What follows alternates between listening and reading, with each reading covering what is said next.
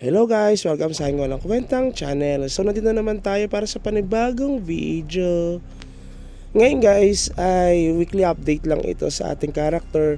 Dahil pala tayo ay nagkasakit, no? Medyo paus pa nga tayo ngayon at hindi tayo nakapag-vlog or nakapag-content dahil nga nagkasakit tayo. Sobrang busy, sobrang daming ginagawa ngayon. So shoutout pala sa mga kasama natin dito sa MU Monarch na patuloy na nanonood sa aking walang kwentang channel. So, yung mga previous video natin, yun yung mga previous uploads natin nung tayo ay Grow Lancer at kung ano-ano pa, no? So, ngayon guys, i-weekly update ko lang kayo kasi malapit nang mag 18,000 yung ating damage, no? Kasi maraming nag-comment doon na bakit ang baba daw ng damage natin, 17,000 lang compare sa level natin ngayon, kung i-compare doon sa level natin. Medyo mababa yung damage natin. Yes, it is correct na medyo mababa yung ating damage dahil nga nag-quit tayo at saka nga medyo nahuli ako doon sa mga ibang florites.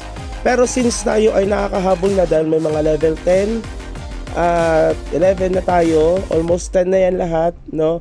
Tapos ito hindi ko pa to kinuha na florite na ice, win florite pa ito dahil gusto nga natin kahit paano may defense pa rin tayo.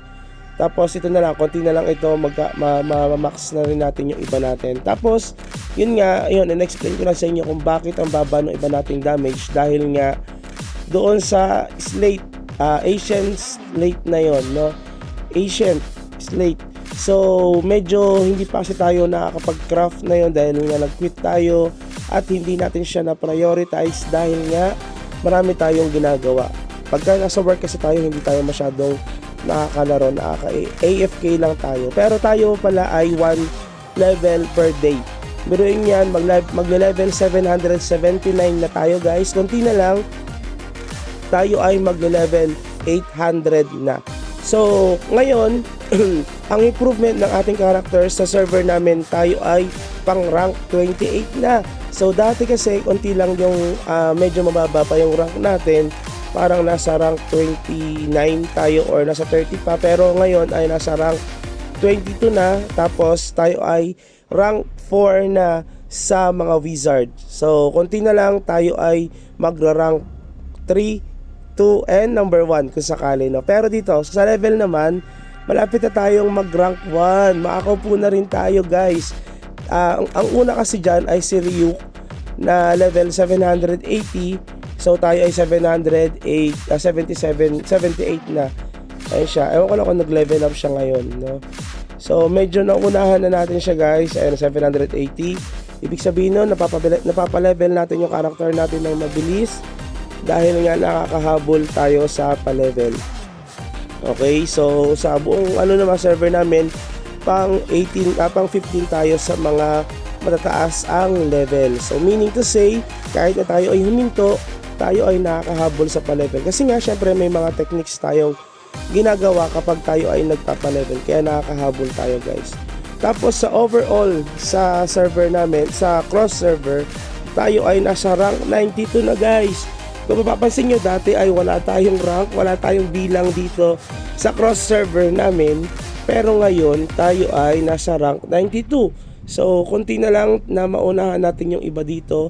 Biruin mo yon, kahit pa paano ma-improvement tayo, naunahan na natin yung iba dyan, no? Okay, so konti na lang maunahan na natin yung ka-guild natin na si Gods, no? Siguro nanonood dyan dito sa ating server ay sa ating YouTube channel. So shoutout sa iyo boss. Tapos dahilan yan yung bakit napataas natin yung ating rank, syempre dahil nga hindi pa rin tayo nag-full option dito sa set dahil ang balak natin ay yung ating T16, yun ang ating full option. Although meron naman na tayong nakahanda, tapos meron tayong 3 option na staff, tapos doon sa shield natin sa T16 na meron tayong 3 options din na doon. So level lang talaga ang hinihintay natin. Kaya tumaas yung ating damage, no? Kahit paano almost a week lang ang pagitan. Parang 1,000 agad yung nadagdag sa ating damage dahil nga syempre na-upgrade natin yung florites, tapos dahil dito sa ating mga runes. Sa runes na level 15 na natin siya, tapos i-upgrade pa natin ito, konti na lang ma-unlock na natin ito guys.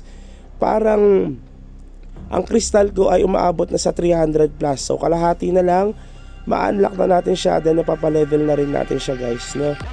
Ito lang yung idadagdag natin. Yan, critical damage rate. Tapos ma-unlock na rin natin yung option ng slaughter rune. Dito yung set skill niya. So explain natin yan before kapag na-unlock na natin siya para matest natin kung ano bang ibig sabihin yan at ano ba yung additional na option para sa atin pag na-unlock na natin siya. So dito kapag in-upgrade nyo kasi siya, medyo mataas ang bigay guys. Ito kapag in-upgrade nyo siya, medyo mataas ang bigay sa atin, kaya nile-level up ko siya, kaya nadagdagan tayo ng medyo mataas na attack damage. Hindi ko pa pinataas dito yung mga defense ko dahil nga hindi ko pa masyado siyang nakikita as important dito compare sa mga attack damage natin. So yan yung reason kung bakit tumaas yung ating damage, no, nadagdagan ng 441 to 735 guys. Tapos nile-level up din natin ito ating class talent na sa level 66 na siya, at itong skill talent na level 41. So kinukuha natin itong Aurora, yan yung second skill natin, at yung ating sa class talent naman, itong kinukuha natin yung hit up, para pag dumating tayo sa level 800 ay pasok na tong mga hit up natin. Kapag nakipag-PVP tayo ay maganda yung ating magiging laban sa mga ibang mga players, lalo kapag tayo ay nakikipag-PK, no? Dahil nga maraming mga maraming nag-aagaw ng RB dito, lalo sa cross server natin. So yun lang siguro, in-update ko lang kayo, no? Hindi naman masyadong importante ito, pero at least kayo paano nakikita nyo yung improvement ng ating character. Hindi lang natin masyadong i-highlight yung ibang mga improvement dito dahil nga medyo masakit pa ang lalamunan ko. I-update ko kayo sa susunod kapag tayo ay nag-level, kahit pa paano ay mag-level 700 na, para masuot natin yung ibang mga equipment natin. So yun lang siguro, have a good day, bye bye.